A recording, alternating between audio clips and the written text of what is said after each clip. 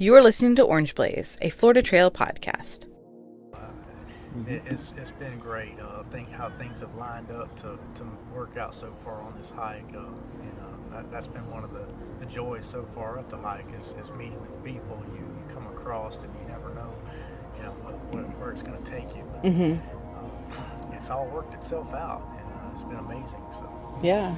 Actually, the judge in Moorhaven, which is where we are now, was one of my classmates and good friends in law school. Oh, wow. And I hadn't seen him since about 37 years ago Oh, when wow. we graduated, and stopped in and visited with him, and he recommended some of the places we've been able to enjoy eating at, and had a good time there. So the people have made it very special.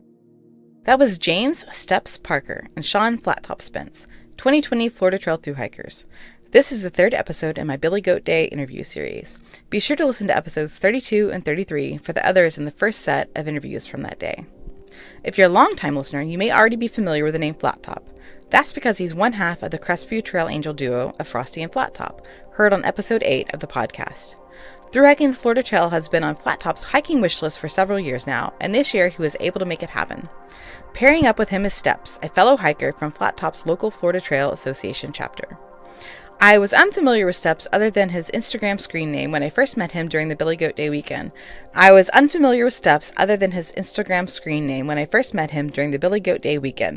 But as I chatted with him and listened in on his conversations throughout the weekend, I knew he was someone who had lots of great stories to tell. Luckily, they were able to hike together during this late start of the Florida Trail in the latter part of January. During the episode, you'll hear Flattop talk about his foot problems, and it seems his feet have been doing much better, as the two are now in the Florida Panhandle region and getting closer to finishing their hike. I was able to get these two off into a campsite to chat, so there's less crowd noise in this episode than there was in episode 33. All right, let's hear what Steps and Flattop have to say about the first few weeks of their hike. How do you guys find each other to start, other than y'all work in the same chapter, right? We're both from Crestview. I had lived in Crestview for 25 years. Sean grew up there, and we both work with the Choctahatchee chapter of the FTA, do trail maintenance, and so we met that way and found out that each of us was planning to do a thru-hike of the Florida Trail this year, and so coordinated that. Originally, I had planned to start earlier. He planned to start later. He was going to start tomorrow, the day after Billy Goat Day. And when we talked about it, I was going to walk, of course, through Big Cypress with the bubble, the group of hikers. He would have been alone. And I said, Sean, you don't need to do that.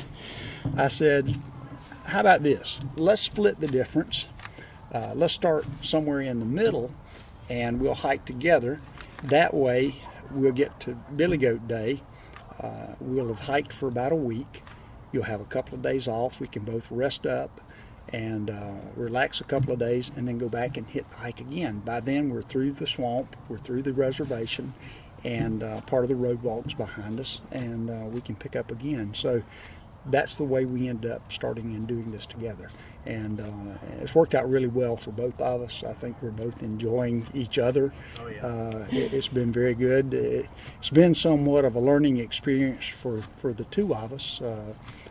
I've done some through hikes, but he picked one of the toughest trails to do, the first trail out of the box on a through hike. He's done hikes, but he's not done a through hike, and so it's been a learning process, especially for him. Right. And so, I mean, you guys have similar temperaments then. I mean, you both are kind of laid back, but you're pushing him really well, I can tell. Sit on his feet and get up and sit on his feet. Get off of his feet since you've been having foot problems. Yeah. So, but you seem to be working well together. We have. Definitely. It's been real good. Yeah, we make a good team, and I've enjoyed hiking with Steps, and so he's definitely keeping me going, helps keep my morale up, and it's just been a positive thing, hiking together. I'm glad I had him going through the swamp. Yeah. Because that was a tough section, especially for someone doing their very first through hike to start right out in the swamp. It kind of bogs you down.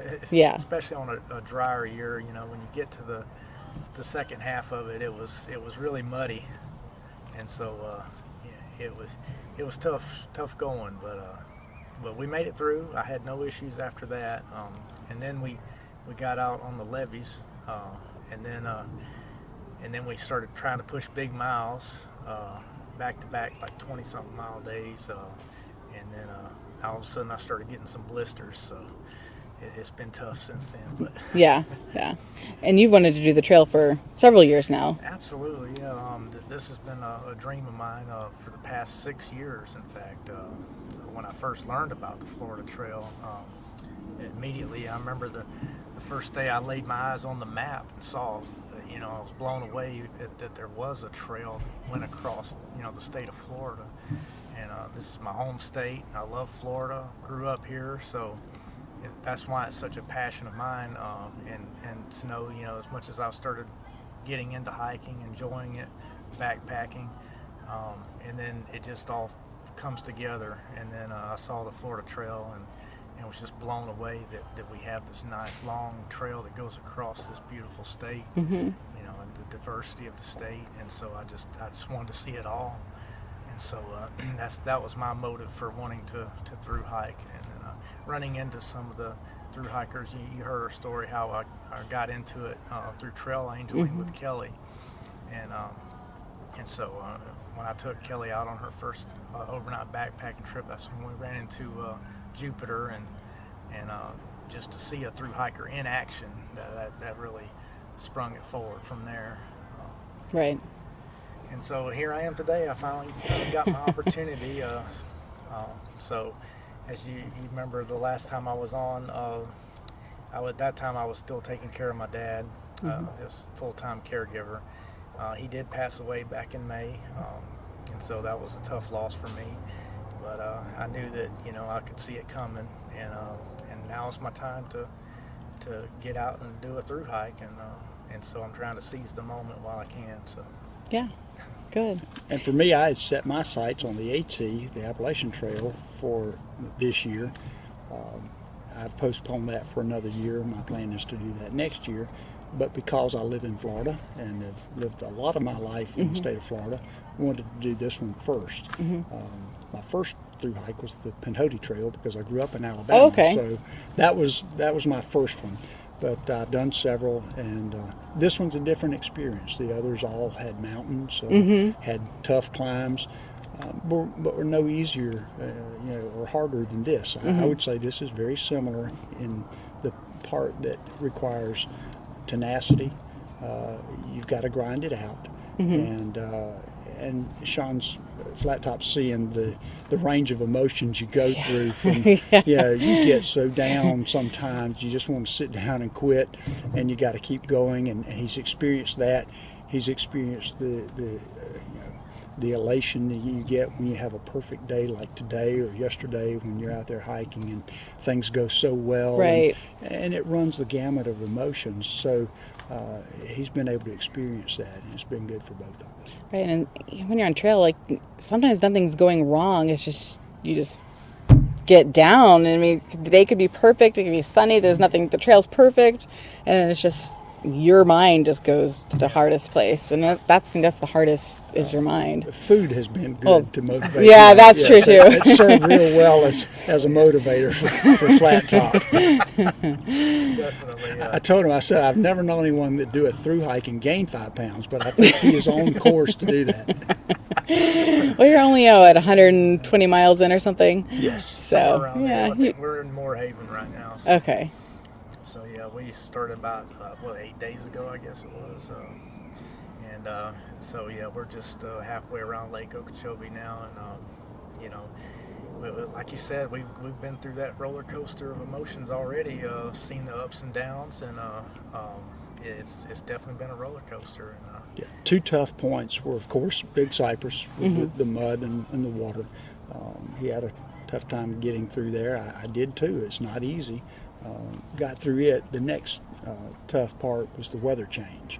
We had a cold front come through, weather dropped down into the mid-30s as we got close to Clewiston, and that was one of the reasons for the long miles one day, is that we were outside of Clewiston, 7 or so miles. There's not really a place to tent. Yeah. We're on the levees. Winds coming in about 25 or 30 miles an hour. Would have been difficult to set a tent up. I had planned to stay out that night, but I could tell he did not want to be out in it. And I understood, I knew that, and so I told him, I said, Flattop, we got two options. We can either hike into Clewiston, but we would have had another 12 miles. We would have got there between 11 and 12 o'clock that night. We'd have had to do 34 miles that day. We'd have done it because you do what you have to do. Yeah. The other option is we could hitchhike and try and catch a ride in. I was praying that something would happen, and I looked up ahead on one of the canals and I saw a pickup truck. It was the point where we would reach a road and we could begin trying to hitchhike. We got off the levee. When I saw the truck, I turned to him and I said, we're fixing to get a ride. I went ahead. There were three ladies, three African-American women that were fishing. And I walked up and we started talking, and I asked them how they were doing and where they were from. They said they live in Clewiston. I said, really? Is that right? Y'all gonna fish very long? No, sir, this wind's blowing. We don't plan to fish too much longer. I said, would y'all mind if we hopped in the bed of your truck and you drove us back into Clewiston when you go? No, sir, that'd be fine. Well, I wish I had a picture of when those three ladies pulled into the Walmart parking lot with these two white dudes sitting in the bed, because it could have been a photo op. It was great, and they were so hospitable. I wanted to pay them for the gas. They wouldn't accept. I made them take something to help for the gas. Wanted to take the picture. One said, no, don't take my picture. I don't have my teeth in. Oh, no. And, they were just as sweet as they could be. And that's what makes hiking special, is the people you meet and how gracious and helpful they are. The next morning, I told Flattop, I said, we got to get a ride back to where we started. We're not going to skip part of the trail. Yeah. And we went over to the First Baptist Church. I'm an ordained Baptist pastor and retired. And so we went over and met with the pastor. I said, we're trying to get back to the trail. He's a hiker. And he said, let me get the church van. I'll drive you out there. Oh, nice. And so, you know, it's been provided. You know, the Lord's provided when we needed it. People have helped us so much along the way. And it's good because we do the same when they get up to our section of the state. Well, that's what I'm people. Yeah, and you seeing can the talk other to him side a lot of about that, because we both hosted hikers and had them in our homes, and it's good that there are other people out there doing the same. Yeah, and you get to see the flip side of everything that you do, and you get to experience people giving back to you. Absolutely, you know, it's been great. Think how things have lined up to work out so far on this hike. That's been one of the joys so far up the hike is meeting the people you come across, and you never know, you know, where it's going to take you. But it's all worked itself out, and it's been amazing. So yeah. Actually, the judge in Moorhaven, which is where we are now, was one of my classmates and good friends in law school. Oh, wow. And I hadn't seen him since about 37 years ago when we graduated, and stopped in and visited with him, and he recommended some of the places we've been able to enjoy eating at, and had a good time there. So the people have made it very special. So law school and a minister, how does all of that fit into your life? You have to be very organized. You have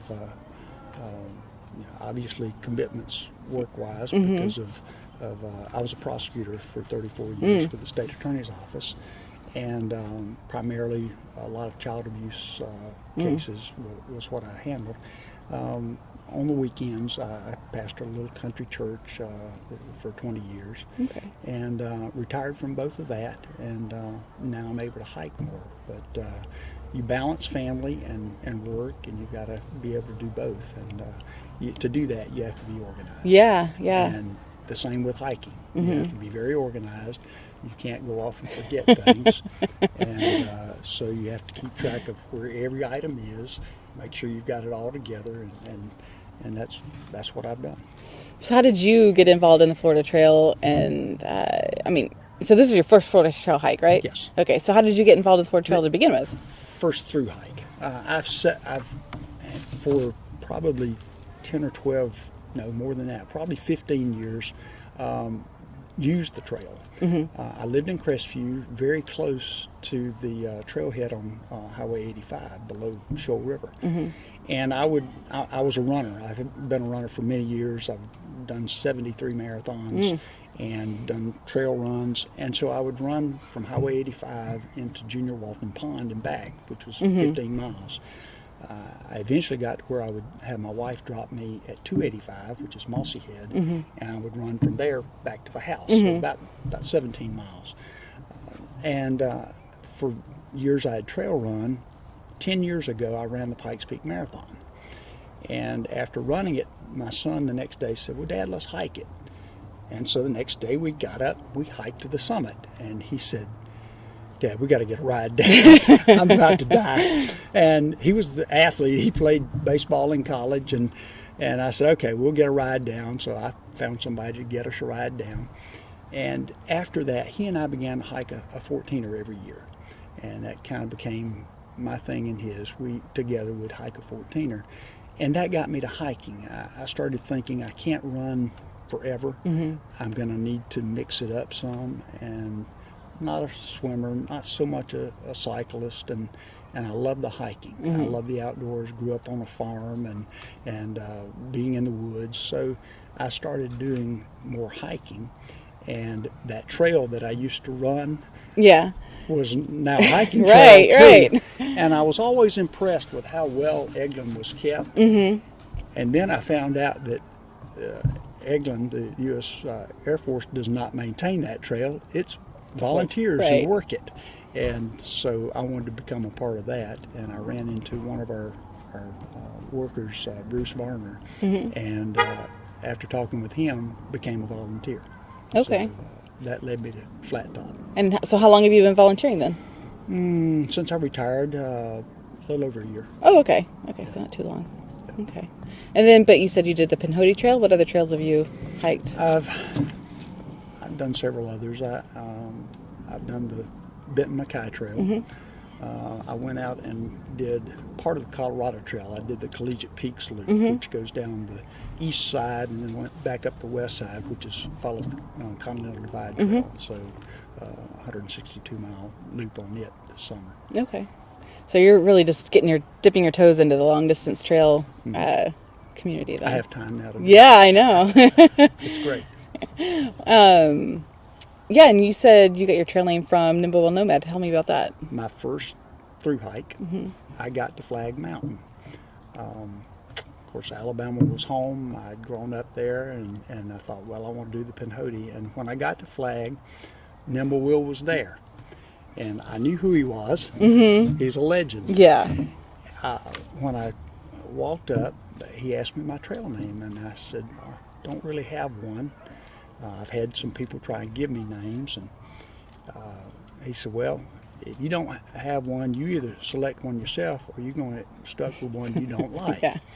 He said, I want you to think about it, and I want you to have one for me in the morning. And I thought, wow, you're a legend has asked me to tell him my trail name. We watched the sunset on Flag Mountain that evening. He goes over on the west side in one of the cabins and watches the sunset. And we sat there and we talked. And I gave him some of the names people had tried to use for a trail name. And he said, those really don't fit you. He said, you've got a real passion and purpose for this. And he said, I want you to think about that. And in the morning, tell me your trail name. I bought a copy of his book. He had it. He autographed it and gave me a copy. I bought a copy. So the next morning, I lay there all night trying to think what to use. And when I was growing up, I did a lot of reading. I've always been an avid reader. My mother had me read certain books every summer in addition to what I read during the school year. One summer it was a volume of children's Bible storybooks. Another year, it was The Cross and Switchblade by David Wilkerson. And then between the 7th and 8th grade year, she gave me a copy of the book In His Steps by Charles Sheldon. Later on, it became What Would Jesus Do? WWJD. Okay. That was in the 90s. Well, before WWJD, in the 70s or 60s when I read it, it was the book In His Steps, which comes from, the title comes from 1 Peter chapter 2, verse 21. And I lay there that night because of what he said about you have a greater passion and purpose for this. 1 Peter 2:21 says, "For you have been called for this purpose, since Christ also suffered for you, leaving you an example for you to follow in his steps." And I thought, that's it. There you go. So the next morning I got up and he said, "Have you got a trail name?" I said, "Yes, sir." He said, "Well, what is it?" I said, "Steps." He goes, "I like it." And that became my trail name because he ordained it. If he affirms it, then that's it. It's gospel. Yeah. You do know the name of his book. Yes, I do. Yes. 10 Million Steps. Yeah. And I had bought that. I had that in front of me, laying there, Right. and thinking about Charles Sheldon's book, and It all came together. I'm Steps. So that's where it That's came. pretty good. That's a good story. It's special to come from him. Yes, very much. Man. And he's a special man. Yeah. And have you had more other interactions with him other than that time? I haven't seen him since then. Okay. My plan is when we finish this to do the Alabama Road Walk and finish up at Flag, and I knew I would see him then. I didn't know he would be here today. Yeah. So it was a pleasant surprise when they let me know he was coming. Yeah. Yeah, I was surprised too. So it was kind of exciting. It was great. We had some real icons in the hiking community here. Yeah. Oh yeah. Yeah. So, I mean, are you feeling better now that you've got some rest? Yes, actually I am. It's been great, you know. Like he said, you know, just being around the hiking community that we've had here today at Billy Goat Day, it's been amazing and uplifting. You know, just to get around the other hikers and talk to them and see how a couple others are going through the exact same thing that I am. And you know, we got to converse. You know, what are they doing? What's working for them? And I'm trying to now apply it to me so that I can continue on and, you know, and hopefully.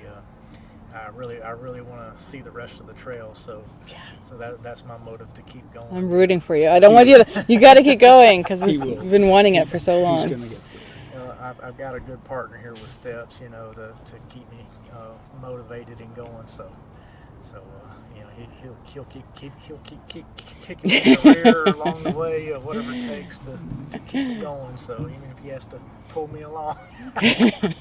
Well, and you're walking home, so that's helpful. You know, you're going somewhere that's you're looking forward to something. Exactly, and that's the reason I chose the no-boat route.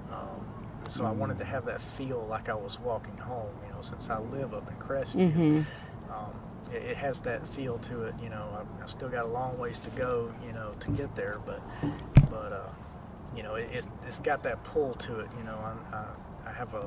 It gives me that sense that I'm walking with a purpose. Walking home. Yeah. Is that how you feel too? Like you're walking home, or? Yeah. It's the closer you get there, you know, family's there. Yeah. You want to get there and see them. You want to get there because you work on that portion of the trail. You're familiar with it.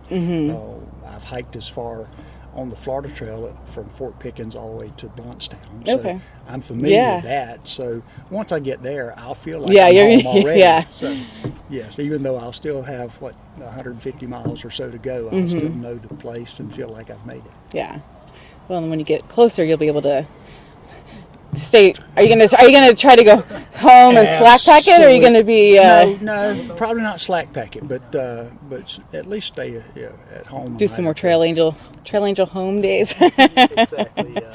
It'll be nice when we get to the Panhandle. We know so many up there, you know, that are rooting for us up there, and you know, the people we've worked with on the trail doing the volunteer trail maintenance and stuff like that.